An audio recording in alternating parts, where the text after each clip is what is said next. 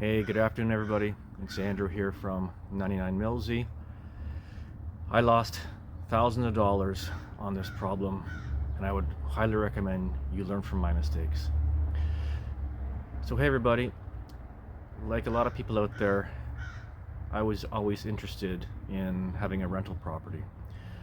As far back as I can remember, I was talking to a guy at work, and his friend had 25 rental properties paid off. And I always thought to myself, that would be a great retirement project to have, let's say, 10 rental properties generating $1,000 cash flow each one. Wouldn't that be great?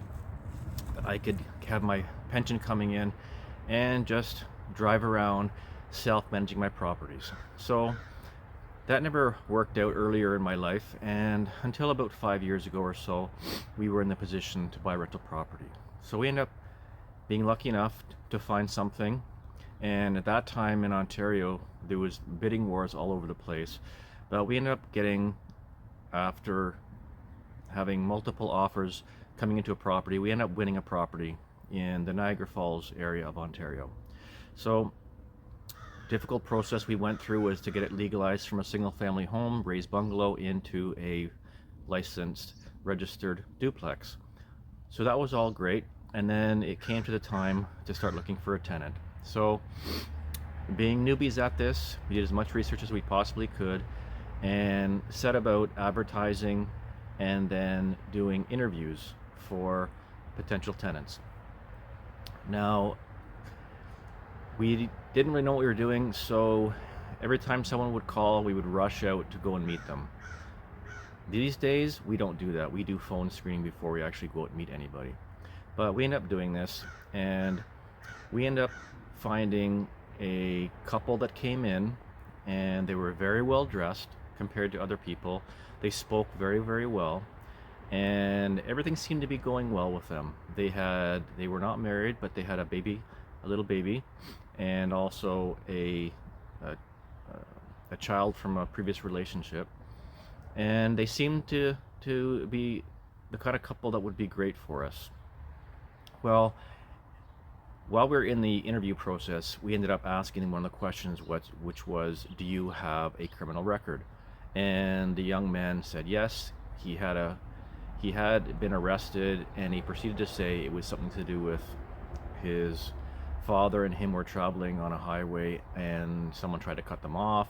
And then at the stop, when they got off the highway at the stop sign, they got into a confrontation, and he ended up getting arrested. But he's taken anger management and so on and so forth. So we were naive at this point, and they seemed great. We gave them a shot.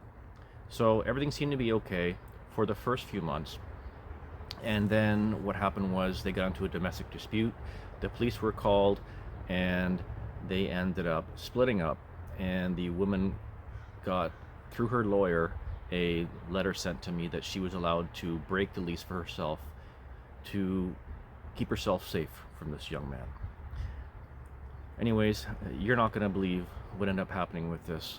But so she ended up leaving, find another place. He stayed there. He was contemplating what he was going to do, whether he was going to bring in a friend to help pay the rent or what he was going to do.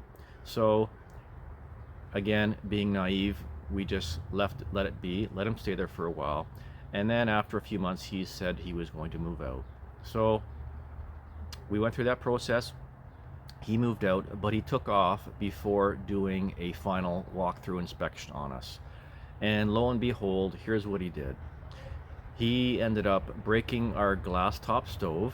He ended up leaving the place littered with garbage, old furniture, and just in a disgusting mess. So our recommendation now is that you never rent to a person that has a criminal record unless you can have positive proof that things have changed and everything is good, because you can learn from our mistakes.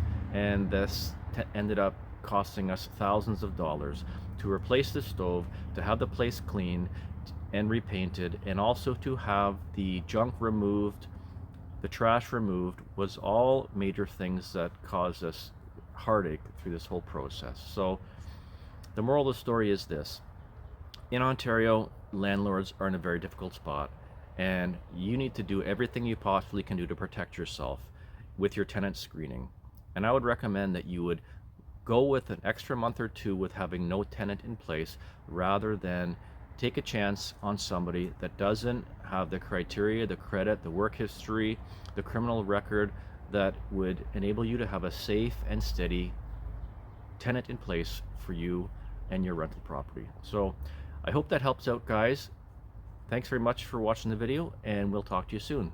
Take care, guys. Recording done.